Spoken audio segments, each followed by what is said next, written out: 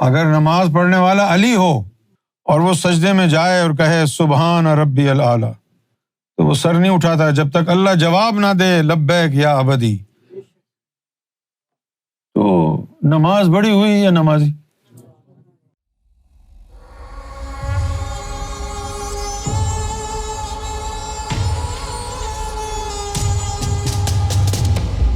وعلیکم السلام۔ اگر فجر کی نماز کی فضیلت اور اجر لوگوں کو صحیح معنوں میں معلوم ہو جائے تو کس طرح اپنی زندگی میں اس عبادت کو ترجیح دے کر وقت کی پابندی اور روحانی سکون دونوں حاصل کر سکتے ہیں؟ فضیلت کا اور اجر کا معلوم ہونا اتنا زیادہ اہم نہیں ہے جتنا اس نماز کو بارگاہ الہی میں مقبول بنانا ضروری ہے۔ تو تم نے پڑھ تو لی نماز، ادھر شرط یہ ہے نا لا صلاۃ الا بحضور القلب، قلب کے حاضری کے بغیر نماز ہوتی نہیں۔ تو تم اسی مغالطے میں رہو گے نا کہ بڑا درجہ مل گیا تم کو، بڑی فضیلت مل گئی تم کو، ملا تو کچھ بھی نہیں۔ قرآن مجید نے کیا کہا؟ فویل للمصلین الذین هم عن صلاتهم ساہون، کہ ایسے نمازوں کے لیے ہلاکت اور تباہی کہ جو نماز کی حقیقت سے بے خبر ہے۔ ہم یراؤن، صرف ریاکاری کر رہے ہیں۔ ریاکاری کیسے ہو گئی؟ اکیلا بھی پڑھے تو نماز تو ریاکاری ہے، بغیر حضور قلب کے اکیلا بھی پڑھے تو بھی ریاکاری۔ وہ کیسے؟ اللہ تعالیٰ کہتا ہے نہ میں تیری شکلوں کو دیکھتا، نہ تمہارے عملوں کو دیکھتا، میں تمہارے دل کو دیکھتا ہوں۔ وہ دل میں شیطان تھا، وہ نماز اللہ تک پہنچی نہیں، اللہ کی نظر میں تو نمازی ہے نہیں۔ اکیلے بھی پڑھے گا تو اپنی نظر میں تو نمازی ہو گیا نا۔ یہ ریاکاری ہے کہ نمازی نہ ہو اور پھر تو اپنے آپ کو نمازی سمجھے۔ فضیلت نمازوں کی نہیں ہے، فضیلت بندے کی ہے۔ جو بندہ ہے نا اس کی فضیلت ہے۔ اب دیکھو نا، بابا فرید کے پاس ایک آدمی آیا، کہتا ہے کہ میرے حالات خراب ہیں، بچوں کی شادی ہے، کچھ میری مدد کرو۔ آپ نے چینی کے اوپر کھانڈ، شکر، کل ہو اللہ پڑھ کے سونا بن گیا، وہ دے دیا۔ اب وہ تو بندہ بڑا خوش ہوا کہ لو مجھے تو سونا بنانے کا راز مل گیا۔ وہ گھر گیا، اس نے گھر میں شکر کا پہاڑ بنا دیا، جتنا زیادہ شکر ہوگی اتنا زیادہ سونا بنے گا۔ وضو کیا، کل واللہ کے ضربے لگائے، کچھ نہیں ہوا۔ خیال آیا کہ شاید وضو سے ہی نہیں ہوا، دوبارہ وضو کیا، پھر پڑھا، کچھ نہیں ہوا۔ کہنے لگا شاید غسل کر لیتا ہوں پھر صحیح ہوگا۔ غسل کیا، غسل کرنے کے بعد پھر کچھ نہیں ہوا۔ دوسرے دن وہ بابا فرید کے پاس گیا، کہنے لگا حضور آپ نے کل میرے سامنے شکر کے اوپر کل واللہ پڑھی، سونا بن گئی۔ میں رات بھر شکر کا پہاڑ بنا کے اس پہ کل واللہ پڑھ رہا ہوں، کوئی اثر ہی نہیں ہے۔ بابا فرید نے اس کو کہا کہ پہلے فرید کی زبان والی تاثیر تو لا، تھی تو وہی کل واللہ، اس نے پڑھی کچھ نہیں ہوا، اس نے پڑھا سونا بن گیا۔ تو اہمیت کس کی ہے، کل واللہ کی یا بندے کی؟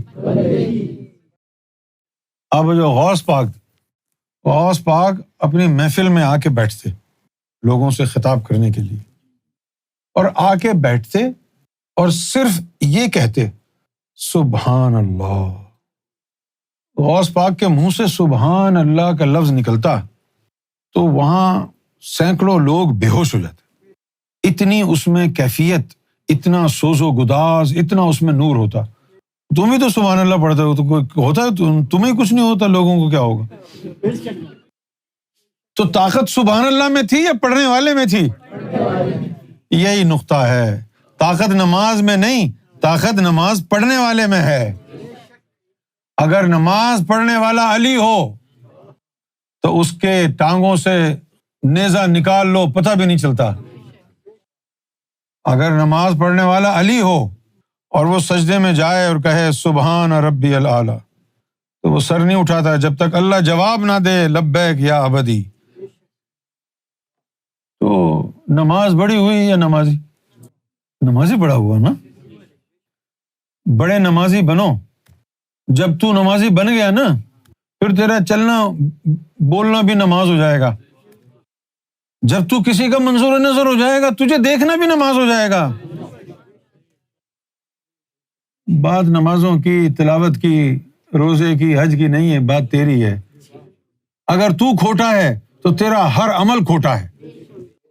اگر تیرے دل میں نور نہیں ہے تو جو مرضی ہے کر لے، تو قرآن پڑھ، حدیث پڑھ، سب ضائع، ویسٹ۔ اور اگر تیرے دل میں نور ہے تو کچھ مت بول، صرف چپ کر کے بیٹھا رہے، تیری سانس سے بھی نور نکلے گا، لوگوں کے دلوں کو معطر کرے گا۔ اپنی زندگی میں عبادت کو ترجیح بعد میں دینا، اپنی زندگی میں پہلے اپنے دل کو سدھارو، اس کو ترجیح دو۔ چراغ دل کے جلاؤ بڑا اندھیرا ہے، دلوں کو روشن کرنا، دلوں کو مومن کرنا، ایمان والا بنانا، سب سے پہلا کام یہ روزہ نماز بعد میں آئے گا۔ بھئی مومنوں کو کہا نا نماز پڑھ، مومنوں کو کہا نا، تو نماز پڑھنے سے پہلے وہ مومن بنے نا۔ اور روزے کا کس کو کہا؟ مومن کو کہا نا، تو روزہ رکھنے سے پہلے وہ مومن تھے تبھی اس کو کہا نا روزہ رکھ۔ اچھا، اب لوگوں کا مسئلہ یہ ہے، ان کو پتہ ہی نہیں ہے کہ روزہ کیا ہے، اپنے لوگوں کو بھی نہیں پتا۔ روزہ جو ہے وہ تزکیہ نفس نہیں ہے، تزکیہ نفس تو بہت بڑی بات ہے، یہ روزے سے تزکیہ نفس نہیں ہوتا ہے، تو پھر کیا ہوتا ہے؟ پاکیزہ نفس کی مینٹیننس کے لیے ہے۔ مومن کا نفس پاک ہی ہوگا تبھی مومن ہوگا نا، یہ مینٹیننس ہے۔ اگر تیرا جڑ سے ہے ہی نفس امارہ، پھر تو روزہ نماز تجھے کیا دے گا؟ اوپر تیرے اوپر لعنتیں بھیجے گا کہ کون سا منحوس آ گیا سور نماز پڑھنے۔ جن کا نفس پاک ہو گیا نا، ان کو فائدہ ہوتا ہے روزہ سے، ان کو فائدہ ہوتا ہے نماز سے۔ وہ تیرے نفس ہے ہی شیطان نفس اگر بھوکا رہے گا تو کیا کرے گا؟ گالیاں دے گا نا، جیسے پاکستان میں ہوتا ہے، اوے میرے منہ نہیں لگنا، میں نے روزہ رکھا ہے، میں روزے سے ہوں۔ مسلمان پاکستان ہندوستان میں روزہ رکھ کے غصے میں آ جاتے ہیں، روزے کی حالت میں بھی کم تولتے ہیں، بے ایمانی کرتے ہیں، فراڈ کرتے ہیں۔ یہ روزہ ہے، یہ تو دھوکہ ہے اپنے آپ کو۔